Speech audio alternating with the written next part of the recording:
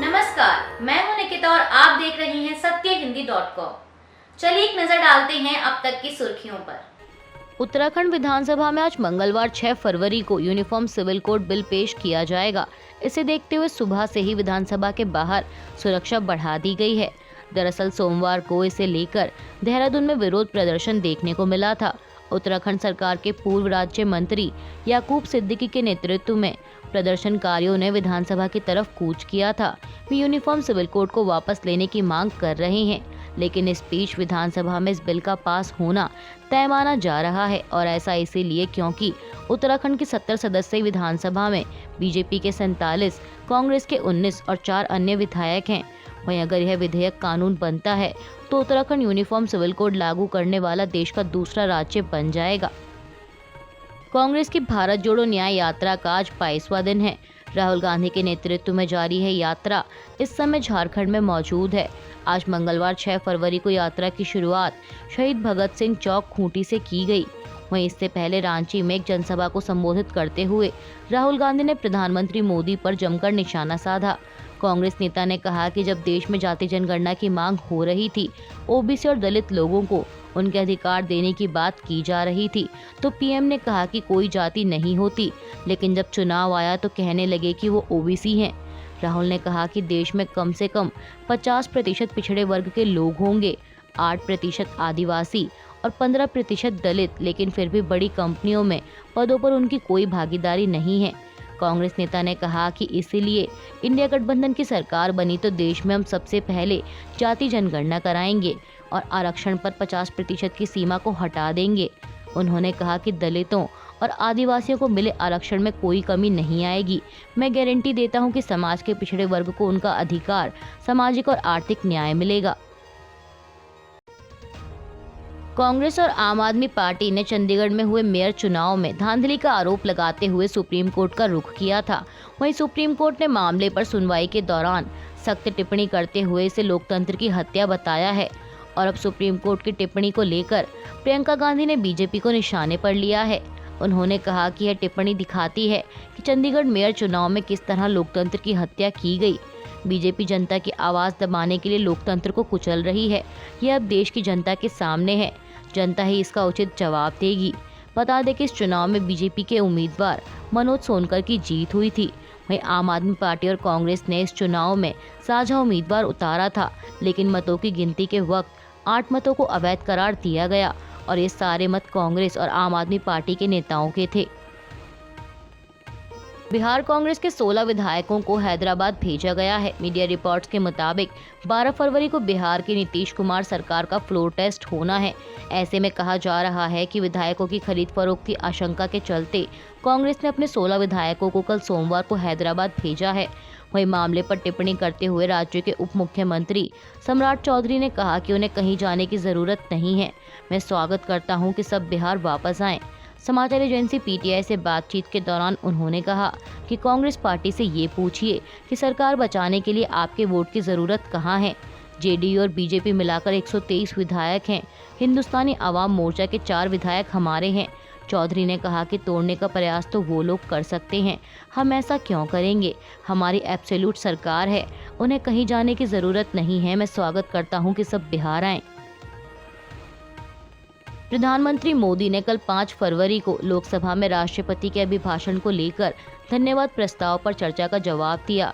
इस दौरान उन्होंने विपक्षी दलों पर जमकर निशाना साधा। पीएम मोदी ने कहा कि मैं विपक्ष के संकल्प की सराहना करता हूं कि विपक्ष ने लंबे अरसे तक विपक्ष की बेंच पर बैठने का संकल्प लिया है। जैसे कई दशक तक यहां सत्ता में बैठे थे, ठीक वैसे ही। प्रधानमंत्री ने कहा कि ईश्वर आपकी मनोकामना पूरी करे। ईश्वर रूपी जनता आपको आशीर्वाद जरूर देगी। आप अगले चुनाव में दर्शक दीर्घा में दिखेंगे। प्रधानमंत्री मोदी ने कांग्रेस पर आगे तंज कसते हुए कहा कि आज विपक्ष की जो हालत है उसकी दोषी कांग्रेस पार्टी है। कांग्रेस ने विपक्ष के होनहार लोगों को उभरने नहीं दिया। कांग्रेस को एक अच्छा विपक्ष बनने का अवसर मिला। 10 साल में कई मौके मिले होंगे, लेकिन उन्होंने ऐसा नहीं किया। न खुद ऐसा किया, न दूसरे उत्साही युवा सांसदों को ऐसा करने दिया। पीएम मोदी ने आगे कहा कि यंग जनरेशन को इसलिए मौका नहीं दिया कि किसी और का चेहरा ना दब जाए। विपक्ष की इस हालत के लिए कांग्रेस पूरी तरह से दोषी है। उन्होंने कहा कि देश को एक अच्छे और स्वस्थ विपक्ष की बहुत जरूरत है। इसी के साथ प्रधानमंत्री मोदी ने एक बार फिर तीसरे टर्म का दावा किया। उन्होंने कहा कि आज मजबूत अर्थव्यवस्था को देखते हुए मैं विश्वास से कहता हूं कि हमारे तीसरे टर्म में भारत दुनिया की तीसरी बड़ी अर्थव्यवस्था बन जाएगा। ये मोदी की गारंटी है। कर्नाटक से कांग्रेस सांसद और उप मुख्यमंत्री डीके शिव कुमार के भाई डीके सुरेश की अलग देश वाली टिप्पणी पर भी प्रधानमंत्री मोदी ने जवाब दिया है। प्रधानमंत्री ने कहा कि खुलेआम देश में अलग देश बनाने की वकालत करते हैं। जोड़ने की बातें छोड़ो, तोड़ने की कोशिश की जा रही है। पीएम मोदी ने कहा कि इतने टुकड़े करके अभी भी आपके मन का समाधान नहीं हुआ। देश के इतने टुकड़े कर चुके हो आप, और टुकड़े करना चाहते हो। प्रधानमंत्री ने पूछा कि कब तक ऐसा करते रहोगे। बता दें कि अंतरिम बजट 2024 पेश किए जाने के बाद डीके सुरेश ने बयान दिया था कि दक्षिणी राज्यों के साथ भेदभाव किया जा रहा है। यहाँ से इकट्ठा किया गया टैक्स उत्तर के राज्यों को दिया जा रहा है। ऐसे में दक्षिणी राज्यों के लिए अलग राष्ट्र की मांग अपरिहार्य हो जाएगी। अपने भाषण के दौरान पीएम मोदी ने लोकसभा चुनाव में 400 के पार सीटें जीतने का दावा किया। उन्होंने कहा कि देश का मिजाज एनडीए को 400 पार कराकर ही रहेगा। जनता बीजेपी को 370 सीटें और एनडीए को 400 के पार सीटें देगी। वहीं अब उनके इस बयान पर विपक्ष ने भी प्रतिक्रिया दी है। विपक्ष ने प्रधानमंत्री मोदी के इस दावे को सपना करार दिया। सीपीआई नेता बिनोय विश्वम ने कहा कि प्रधानमंत्री की यह अतिशयोक्तिपूर्ण बयानबाजी ही दिखाती है कि वह जीत को लेकर आश्वस्त नहीं है, वह चुनाव से डरते हैं। सीपीआई के एक अन्य नेता जॉन ब्रिटास ने कहा कि इस देश में हर किसी को सपने देखने का अधिकार है। प्रधानमंत्री को भी 400 या 500 सीटों का सपना देखने का अधिकार है, लेकिन वास्तविकता अलग है। देश की जनता किसी और के सपनों से प्रभावित होने की बजाय अपनी दिशा स्वयं तय करेगी। प्रधानमंत्री मोदी के 400 पार के दावे पर कांग्रेस सांसद मणिकम टैगोर ने तंज कसते हुए पूछा कि अगर बीजेपी चुनाव में 370 का आंकड़ा हासिल करने से चूक गई तो क्या मोदी शपथ नहीं लेंगे? उन्हें पहले जवाब देना चाहिए। बीजेपी का इस तरह का सपना हमेशा विफल रहा है। उन्होंने 2004 के लोकसभा चुनावों में बीजेपी के नेतृत्व वाले एनडीए के नारे इंडिया शाइनिंग की ओर इशारा करते हुए कहा कि अब इंडिया शाइनिंग पार्ट 2 होने जा रहा है। गौरतलब है कि 2004 के चुनाव में एनडीए ने यह नारा देते हुए जीत का दावा किया था, लेकिन उसे हार का सामना करना पड़ा था। वहीं लोकसभा सांसद दानिश अली ने कहा कि प्रधानमंत्री मोदी के दावे से इलेक्ट्रॉनिक वोटिंग मशीनों यानी ईवीएम की विश्वसनीयता पर संदेह पैदा होता है। सांसद ने कहा कि शायद उन्हें ईवीएम के कारण इतना आत्मविश्वास है, उन्हें कम से कम पद की गरिमा बनाए रखनी चाहिए। उनका अहंकार 2024 में टूट जाएगा। सदन में बोलते हुए प्रधानमंत्री मोदी ने विपक्ष के जातीय जनगणना के नैरेटिव पर भी निशाना साधा। दरअसल कांग्रेस नेता राहुल गांधी ओबीसी और जातीय जनगणना को लेकर लगातार बीजेपी पर हमलावर हैं। राहुल गांधी कई बार ये सवाल पूछ चुके हैं कि मोदी सरकार में कितने ओबीसी अधिकारी हैं। वहीं अब इस पर जवाब देते हुए प्रधानमंत्री मोदी ने संसद में कहा कि कांग्रेस को अन्य पिछड़ा वर्ग के लोग बर्दाश्त नहीं होते। कांग्रेस के कई साथियों को इस बात की भी चिंता है कि सरकार में कितने ओबीसी लोग हैं। वो लोग गिनती करते रहते हैं कि सरकार में कितने ओबीसी हैं, लेकिन मैं तो हैरान हूँ कि उनको इतना बड़ा ओबीसी नजर नहीं आता। प्रधानमंत्री ने आगे कहा कि कांग्रेस और यूपीए सरकार ने कभी भी ओबीसी के साथ न्याय नहीं किया। इन लोगों ने ओबीसी नेताओं को अपमान करने में कोई कसर नहीं छोड़ी।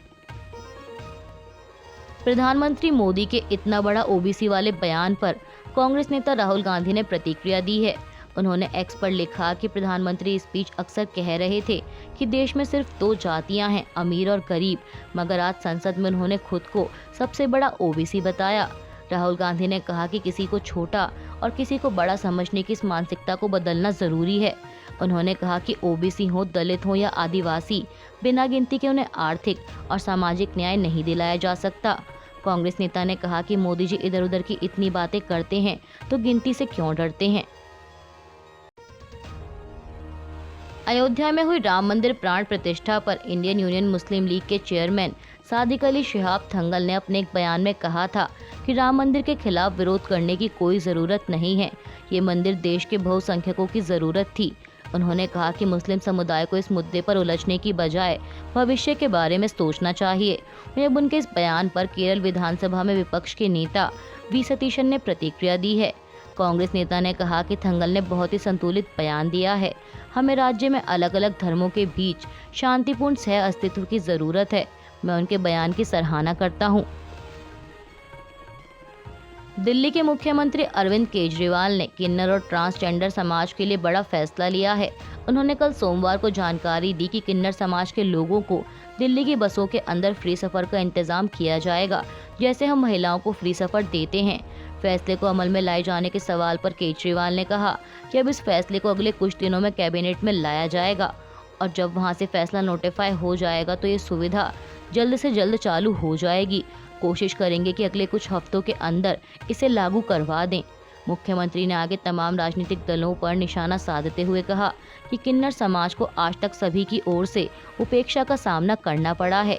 पिछले 75 साल में पूरे देश में किसी पार्टी की किसी सरकार ने किन्नर समाज के लिए कोई काम नहीं किया। ब्रिटेन के बकिंघम पैलेस ने एक बयान जारी कर जानकारी दी कि किंग चार्ल्स एक तरह के कैंसर से जूझ रहे हैं। बयान में बताया गया कि किंग चार्ल्स हाल ही में जब प्रोस्टेट बढ़ने का इलाज करवा रहे थे तभी इस बारे में पता चला। हालांकि कैंसर किस तरह का है इस बारे में बयान में नहीं बताया गया, लेकिन ये प्रोस्टेट कैंसर नहीं है। बकिंघम पैलेस ने बताया है कि किंग चार्ल्स ने सोमवार से नियमित इलाज शुरू कर दिया है और इलाज के दौरान वो अपनी सार्वजनिक जिम्मेदारियों से दूर रहेंगे। बता दें कि साल 2022 में महारानी एलिजाबेथ द्वितीय के निधन के बाद किंग चार्ल्स ने 74 साल की आयु में ब्रिटेन का राज सिंहासन संभाला। वहीं ब्रिटेन के प्रधानमंत्री ऋषि सुनक ने किंग चार्ल्स के जल्द स्वस्थ होने की कामना की है। उन्होंने एक्स पर लिखा कि किंग चार्ल्स के जल्द से जल्द पूरी तरह ठीक होने की कामना करता हूँ। मुझे इसमें कोई शक नहीं है कि वह कुछ ही समय में पूरी ताकत से वापसी करेंगे। स्टॉक मार्केट आज मंगलवार 6 फरवरी को पॉजिटिव नोट पर खुली, लेकिन बाद में फिसल गई, जहां निफ्टी फिसलकर 21,800 के पास आ गया है, तो वहीं सेंसेक्स 71,800 के पास कारोबार कर रहा है। बता दें कि इससे पहले सोमवार को सेंसेक्स 354 अंक गिरकर 71,731 पर बंद हुआ था। बात करें बैंक निफ्टी की, तो बैंक निफ्टी 45,600 के लेवल पर ट्रेड कर रहा है।